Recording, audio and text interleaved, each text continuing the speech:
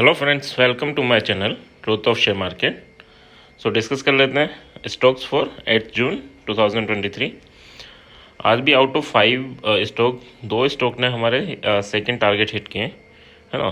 So first of all this video is only for education purpose. यहाँ मेरा Telegram link and WhatsApp number given है। Start कर लेते हैं HDFC बैंक से। वैसे बेसिकली हम ये स्टॉक डेली क्यों एनालाइज करते हैं ना, क्योंकि ये 5 स्टॉक हैं, उनकी स्टडी हम डेली करते हैं एंड इनका इम्पैक्ट निफ्टी, बैंक निफ्टी, इन दोनों पे काफ़ी आता है ना। तो अगर आप निफ्टी, बैंक निफ्टी भी पे भी ट्रेड कर रहे हो तो भी आपको कुछ बैंकिंग सेक्टर के स्टॉक्स, कुछ जिनका impact like Tata Motors, auto sectors के स्टॉक्स, कुछ अगर इन्फोसिस, TCS, इनकी एनालिसिस देख लोगे एक बार तो उसका इम्पैक्ट आपको मार्केट में, यानी उससे आप बेटर एनालिसिस कर सकते हो मार्केट को, है ना। यहाँ अगर बैंक निफ्टी की करते हो तो 3 बैंकिंग सेक्टर है ना, एंड इसके अलावा टाटा मोटर्स है। अडानी का इम्पैक्ट डेली नहीं होता, बट जब होता है तो काफ़ी ज़्यादा होता है, इसलिए हमने अडानी ले रखा है क्योंकि उसका इम्पैक्ट बैंकिंग स्टॉक्स पे काफ़ी ज़्यादा रहेगा ना। ओके, सो स्टार्ट करते हैं HDFC बैंक से। HDFC बैंक में क्या है, अगर बात करें HDFC बैंक की तो उसी रेंज में, और ये 5-6 दिन हो गए ना, तो काफ़ी दिनों का कंसोलिडेशन हो चुका है। आज बुलिश कैंडल भी बन गई है, अब बस रेडी है ये ब्रेकआउट के लिए। 2-3 दिन से आप देख रहे होंगे तो बाकी सेक्टर चल रहे हैं बैंकिंग सेक्टर को छोड़ के। तो कल की एक्सपेक्टेशन है कि हाँ, कल बैंकिंग सेक्टर मूव कर सकते हैं, बाकी साइड वे रह सकते हैं ना। तो अभी बात कर लेते हैं इसके लेवल के लिए। तो 1660 के ऊपर निकलता है तो हमें 1626 फर्स्ट टारगेट एंड 1641 हमारा सेकंड टारगेट होगा। SL क्या लेके चलना है, तो 1609 का हम SL लेके चलेंगे, है ना। और अगर आप लॉन्ग टर्म में हैं, आपने कुछ इसे बाय कर रखा है ना, लॉन्ग टर्म के लिए, तो ये रेड कैंडल के लो 1593 के अराउंड है, तो इससे आप एज SL लेके चल सकते हैं। या आपको इतना बड़ा SL नहीं लेना तो आज का जो लो है 96, इसे भी आप SL की तरह यूज़ कर सकते हैं ना। तो ये आप लॉन्ग टर्म के लिए, बट हाँ अगर शॉर्ट टर्म का व्यू है तो हम बड़े SL नहीं लेके चलेंगे, हम 1609 का लेके चलेंगे। सेलिंग साइड की बात करें तो 1600 के नीचे निकलता है तो हम सेल करेंगे for the target of 1590 and 1580, and इसमें SL क्या लेके चलेंगे, तो 1605 का SL यहाँ हम लेके चलेंगे। So that's for HDFC bank. अभी क्या है, अभी हो सकता है गैप अप हो और उसके बाद ये स्टार्ट करे। स्टार्ट जर्नी क्या, ये ही कोशिश करेगा कि इस वाले बॉक्स में आने के, ना। तो अभी हम बस सेकंड टारगेट तक देखेंगे, उसके आगे नहीं, है ना। So that's for HDFC bank. And next अगर हम बात करें, so next is axis bank. Axis bank काफ़ी दिनों से, यानी हम अगर आप देखेंगे मेरी 1-1.5 महीने पहले की भी वीडियो, तो तब भी हम बुलिश हुए थे और with SL her last candle के लो से हम इसको बुलिश करते लेकर आ रहे हैं और काफ़ी दिन हो गए हैं कि ये बुलिश ही चलता आ रहा है ना। अब अगर इसके लेवल क्या इंपॉर्टेंट लेवल है, सो अगर ये 975, देखो 975 की ही क्लोजिंग है अराउंड, 975 के ऊपर ओपन होता है तो ये फर्स्ट तो 981 इस टारगेट को अचीव करने की कोशिश करेगा। इसके बाद ये ट्रेंड डिसाइड करेगा ना, अगर इसके ऊपर ओपन होता है और 81 के ऊपर सर्वाइव कर लेता है तो 88 तक जाने के काफ़ी चांसेस हैं। ये दोनों टारगेट कल एक ही दिन में अचीव हो सकते हैं हमारे। SL क्या लेके चलना है, तो 75 पे आप बाय कर रहे हो, 72 यानी 3 पॉइंट का SL। बट हाँ, ये वही रूल है हमारा। रूल क्या था हमारा कि आपकी 2 कैंडल इसके ऊपर सर्वाइव करनी चाहिए ना, 15 मिनट की 2 कैंडल सर्वाइव करनी चाहिए, उसके बाद आप ट्रेड इनिशिएट करोगे ना। और थर्ड कैंडल थोड़ी सी बुलिश बननी चाहिए ना, तो हम ट्रेड इनिशिएट करेंगे, अदरवाइज नहीं करेंगे ना। अगर हम, अच्छा कुछ को लगता है कि यार 75-76 तक तो ये ऑलरेडी हो जाएगा, उसके बाद 81, अरे हमारा SL तो 3 पॉइंट का है और टारगेट अगर 6.8 पॉइंट का भी है तो भी आपका 1:2 या 3 बनता है ना।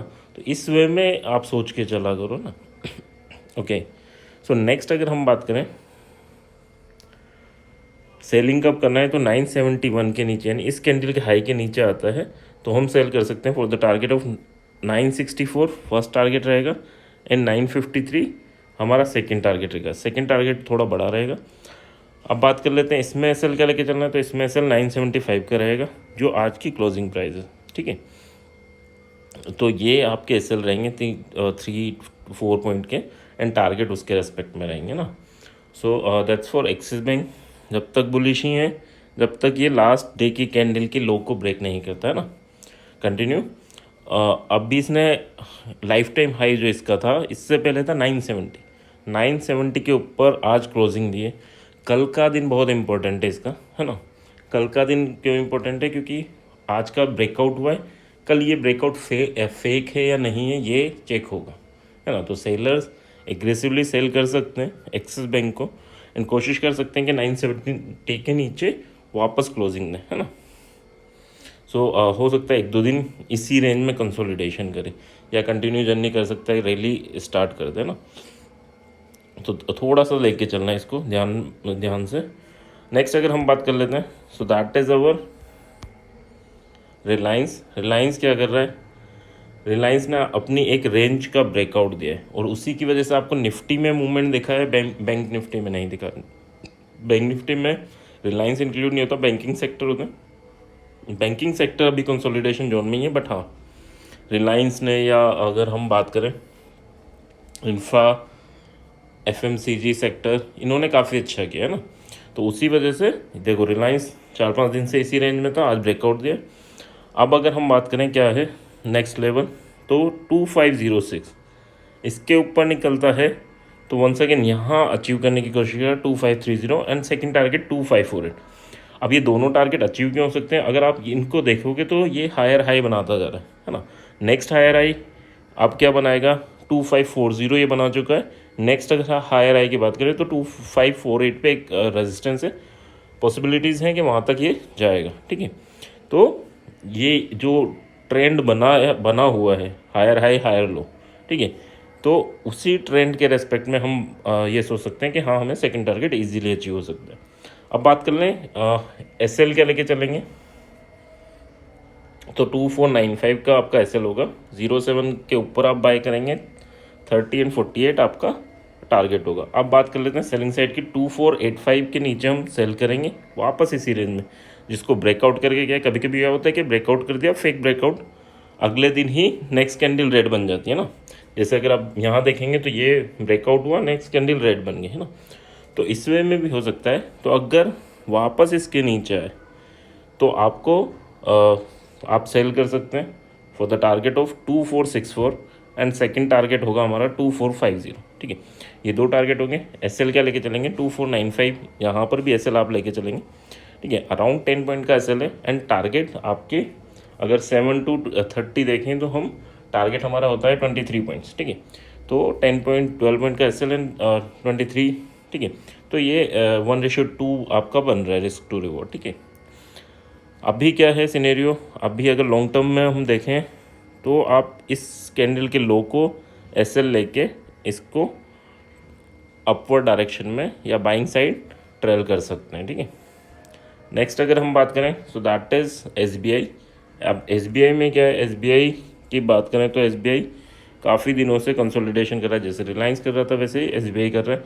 बट रिलायंस ने आज ब्रेकआउट दिया है, बैंकिंग सेक्टर ने आज ब्रेकआउट नहीं दिया। तो मोस्ट प्रोबली हो सकता है कल चांसेस है कि ये ब्रेकआउट दें, और ब्रेकआउट देने के बाद क्या करेंगे, अगर 590 ब्रेकआउट देता है तो 596 first target and 602 second target होगा। ये दो टारगेट हमें अपवर्ड डायरेक्शन में मिल सकते हैं। एसएल क्या लेके चलना है? 587 का एसएल लेके चलना है। बट ये जो एसएल मैं बताता हूँ वो तभी है जब 15 मिनट्स की दो कैंडल सर्वाइव करता है ना, और थर्ड कैंडल जिस डायरेक्शन में आपको उस डायरेक्शन को का साइन दे, सिग्नल दे, है ना, तब ओके। सेलिंग कब करनी है? तो 584 के नीचे हम सेल कर सकते हैं for the target of 579 and 572, ठीक है। एसएल क्या लेके चलेंगे तो 588 का आपका एसएल बनेगा, ठीक है। और फर्स्ट 2 कैंडल में आपको एंट्री नहीं लेनी है ना, वो हाईली वॉलेटाइल हो सकती है, तो उनमें नहीं, है ना। ओके, सो नेक्स्ट अगर हम बात करें टाटा मोटर, तो टाटा मोटर ने लास्ट 2 डेज़ में इतना बड़ा मूवमेंट दिया है कि बाकी दिख ही नहीं रहा ना। अब यहाँ से क्या रेडी है, अगर 569 के ऊपर ओपन होता है, सर्वाइव करता है, तो 575 का फर्स्ट टारगेट ये हमें अचीव होगा 1%, एंड देन 580 का सेकेंड टारगेट, ठीक है। तो 2% का मूवमेंट अपवर्ड डायरेक्शन में अभी पॉसिबल है, ठीक है। नेक्स्ट अगर हम बात करें एसएल क्या लेके चलेंगे तो 566 का आप एसएल लेके चलोगे ना।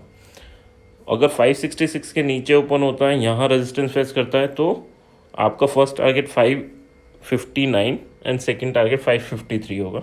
एसएल क्या लेके चलोगे तो 3 पॉइंट यानी 569 का आप एसएल लेके चलोगे फॉर टाटा मोटर्स। अभी क्या सिनेरियो है, काफ़ी बुलिश हो रहे हैं, है ना। ऑटो सेक्टर अभी बुलिश है और टाटा मोटर स्पेशली अच्छा खासा बुलिश है।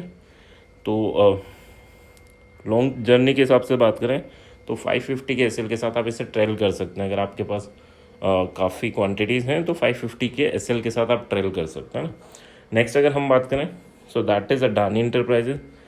जैसे एसबीआई एक रेंज में फंसा हुआ है, ठीक है, अडानी भी एक रेंज में फंसा हुआ है, ठीक है। तो अडानी पे जैसे ही डिसीजन होता है, ठीक है, या कोई न्यूज़ आती है तो ये ब्रेकआउट देगा। किस साइड देगा किसी को नहीं पता है ना, किसी भी साइड दे सकता है, अडानी है ना। न्यूज़ पे डिपेंड करता है, नेगेटिव है पॉजिटिव है। बट जब अडानी पे कोई न्यूज़ आती है तो बैंकिंग पे उसका इम्पैक्ट काफ़ी ज़्यादा होता है। क्यों होता है?